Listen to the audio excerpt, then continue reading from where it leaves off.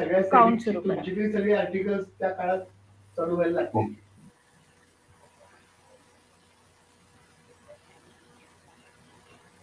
Jai Hind, this is Brigadier Hemant Mahajan.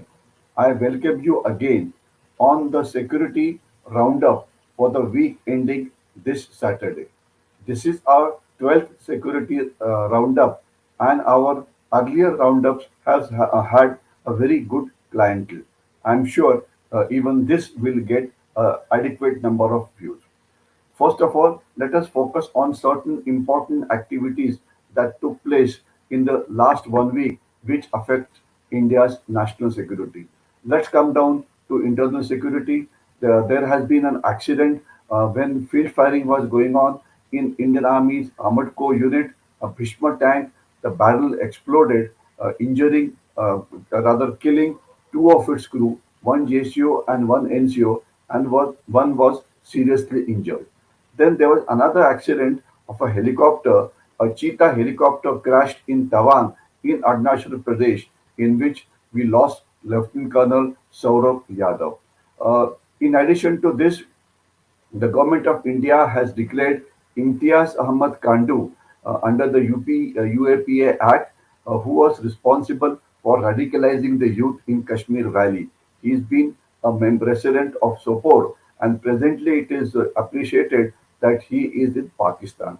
Uh, Shri Rajnath Singh, India's defense minister, approved naming of Faizabad cantonment as Ayodhya cantonment. One will be aware that the Indian Army cantonment there in the town of Faizabad was called as Faizabad. Now it's called as Ayodhya cantonment.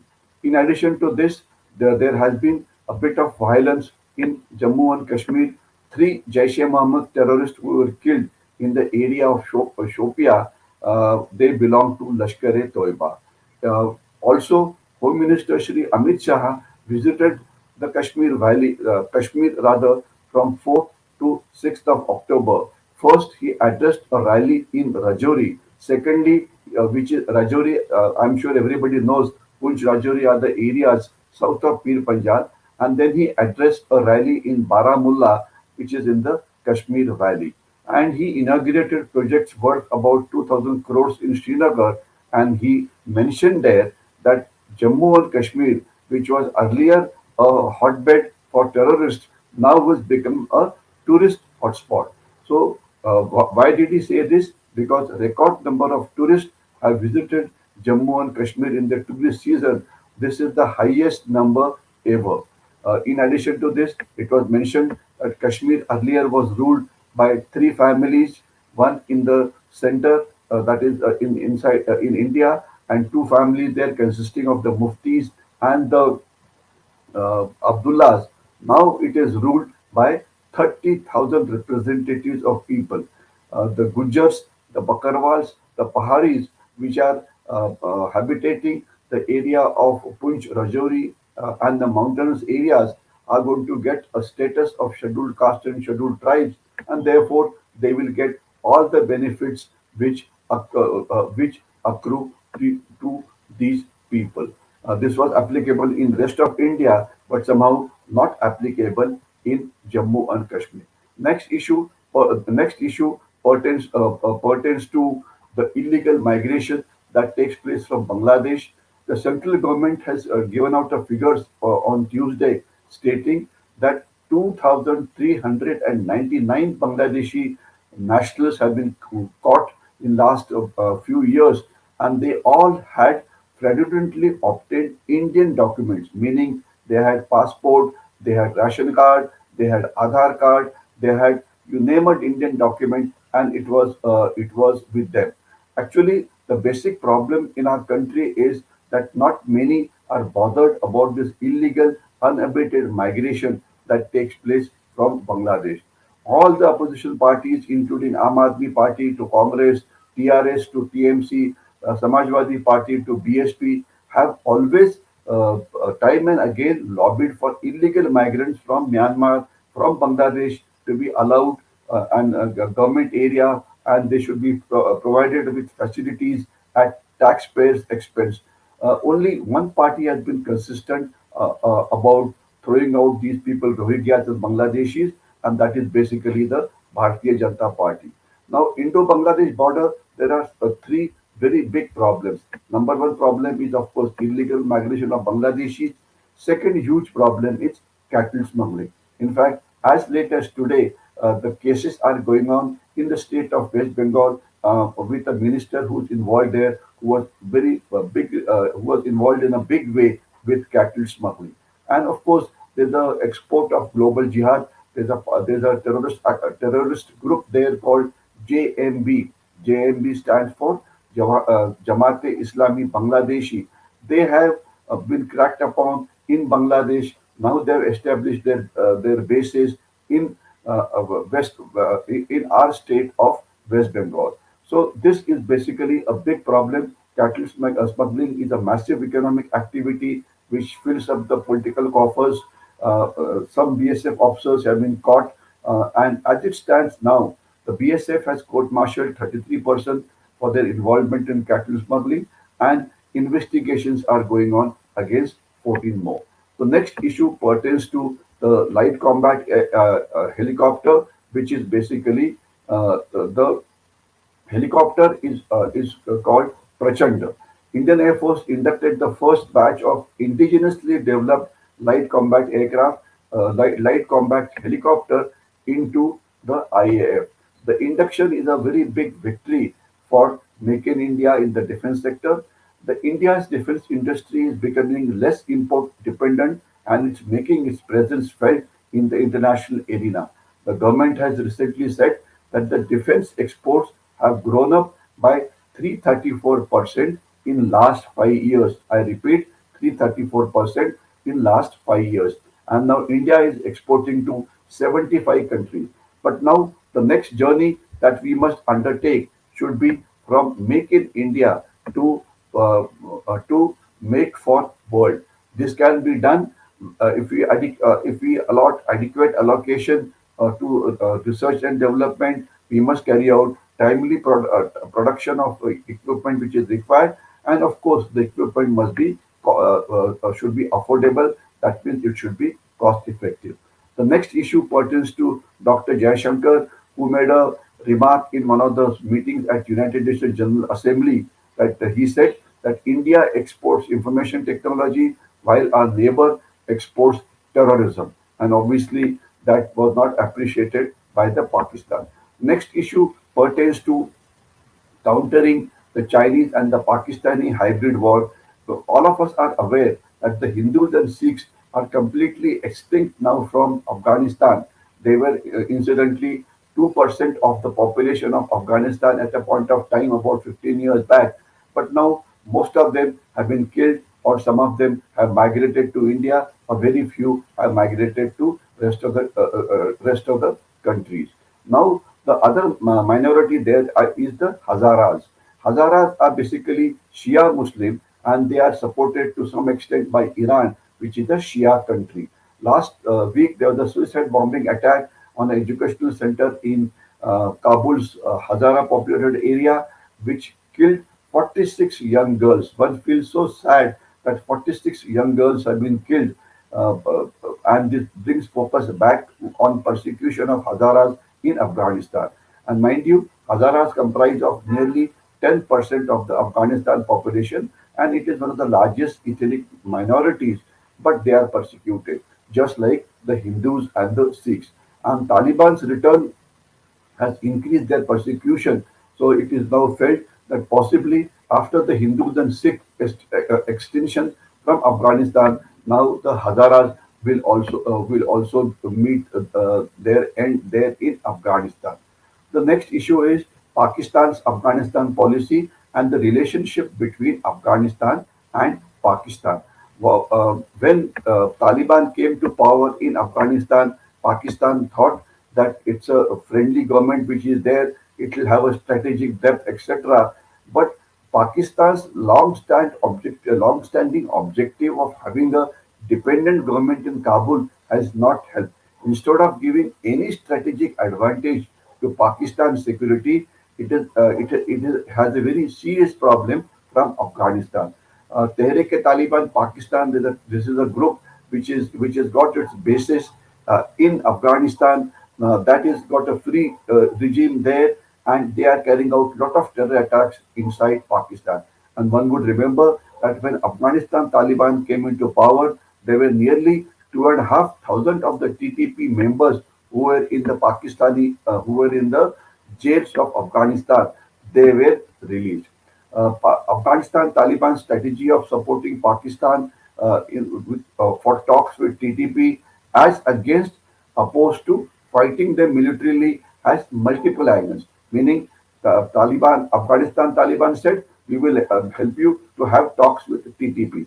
Pakistan wanted them to carry out anti-terrorist operations, close these camps, and help Pakistan, but that did not happen. In fact, on the other hand, the talks between the TTP and Pakistan government has failed, thereby increasing the level of violence in Pakistan. And the most important issue thereafter is the international boundary of nearly 2,640 kilometers of the border which exists between Afghanistan and Pakistan, which is called as the Durand line, is not acceptable to Afghanistan. Meaning, Durand line is supposed to be a boundary as per Pakistan, but it is not acceptable to Pakistan. To correction to Taliban or Afghanistan. Afghanistan says the whole of Pashtun occupied area of Northwest Frontier province belongs to them, and that should become their own part. So Pakistan's long-standing policy with respect to Afghanistan has failed to achieve its objective to counterbalance threats from India. The policy has emboldened Afghanistan Taliban to use Pakistan for their own agenda, increase their stranglehold of TTP, and very recently, Mullah Yaqub, who is Taliban's defense minister, has desired that Pakistan enemy or Pakistan's arch rival India should train the Afghanistan troops. If this happens, it will be a very big setback as far as Pakistan is concerned. Now, next issue is the relationship between China and Pakistan. Mind you, China is supposed to be Pakistan's big friend, but on ground there seems to be very serious problems. One would remember that number of attacks on the Chinese citizens in Pakistan is only increasing, and what China is doing now is for every Chinese engineer who's killed, like one was killed in a hydroelectric power plant, it made Pakistan pay $11.6 million. Dollars. I repeat, $11.6 million. Dollars. And Pakistan will also be compelled to pay compensation for anybody and every Chinese who's killed in Pakistan. China has also demanded that China should be permitted to employ its own security agencies to safeguard its nationals in Pakistan, which Pakistan does not want, because while it will be a win-win situation for China, it will be opposite for Pakistan. So till the time this issue is resolved, Chinese projects have slowed down. The Chinese power companies, which were established as a part of China-Pakistan Economic Corridor, are threatening to stop their power plant simply because Pakistan has not paid the dues worth 300 billions. Because the power generated from there is very, very costly, and Pakistan, with its economy sinking, is not in a position to clear the dues. In addition, the Chinese are complaining that the coal which they are importing is very, very costly. They were importing coal from Afghanistan at the rate of 90 US dollars per ton. Taliban saw the opportunity. Now they have increased the cost to 200 US dollars per ton. So this has made the power generated by the power plants very, very costly. The International Monetary Fund, which is going to be the only savior as far as Pakistan's economy is concerned, has said that it will not allow its funds to be used to give payment to Chinese power companies. In fact, it wants Pakistan government to renegotiate terms with Chinese power companies and make them transparent and make them something equal to the compensation which is paid to the other power providers in Pakistan. Now, this has angered China completely because it was selling very costly power to Pakistan, and now IMF wants it to be stopped. There are also reports that the Pakistani armed forces are not happy with the Chinese equipment supplied to them, be it Chinese tanks, be it Chinese artillery, be it Chinese air defense equipment. Everybody is facing a problem, and the problems are both in terms of quality, also requirement of space that are required to maintain them. So basically, China's is really extracting its pound of flesh from Pakistan, and in fact, there are reports now if Pakistan cannot repay what is required to be repaid in terms of loan, capital, and interest, then certain areas of Gilgit and Baltistan will also become a permanent part of China. The next issue is very important from the point of view of Northeast India. There are reports that the rivers which flow from India into Bangladesh, two of them, the Ganges and the Brahmaputra, are being opened up as inland water transport roadways. Bangladesh initially had given only one port of call. Now Bangladesh is saying that trade can take place through these rivers at six different ports by using the waterways. Now, these waterways and these ports will actually be very useful to Bhutan. And this is a good news to Assam and the northeastern states simply because it will increase the economic opportunities, it will increase the use of waterways, it will give some license fees to Assam. And not only that, in addition to Bhutan, Nepal is also keen to utilize these waterways. So the use of waterways will become more useful because not only the waterways will be used by India for supplying its northeastern states, but it will also be used by Bhutan and Nepal for carrying out their trade. So this will make them cost effective. Today, Bhutan exports boulders, cardamom, oranges, pebbles, gravels, limestone, ferroalloys, gypsum, semi-finished products like iron, etc. to Bangladesh. So increasing export and import between these countries will definitely improve Assam's economy also.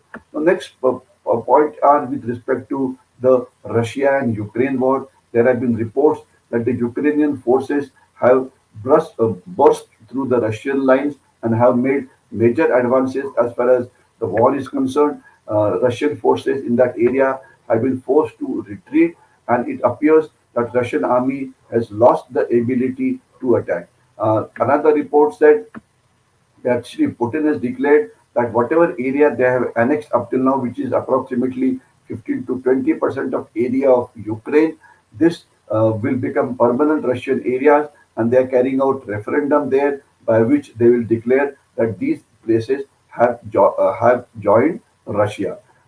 Ukraine war was dragging on nearly 9 months. So Russia wanted to draft 2 lakh more troops into the army, but that is not helping because the moment Russians came to know that people between the age of 18 to 35 or 37 will be enrolled into the army, many Russians have started leaving for those 11, 12 Russia's other countries which seceded from USSR when USSR broke down. So therefore, the number of recruits available for induction into the Russian armed forces are very, very less. So this seems to be creating a problem, and this is making Putin more and more desperate. Few other things I will cover in very, very briefly. Mizoram has given asylum to the Myanmar refugees. This they are doing with the help of the state government, the local NGOs, local church, and few other organizations. And but this they won't be able to do it for long because it costs a lot of money.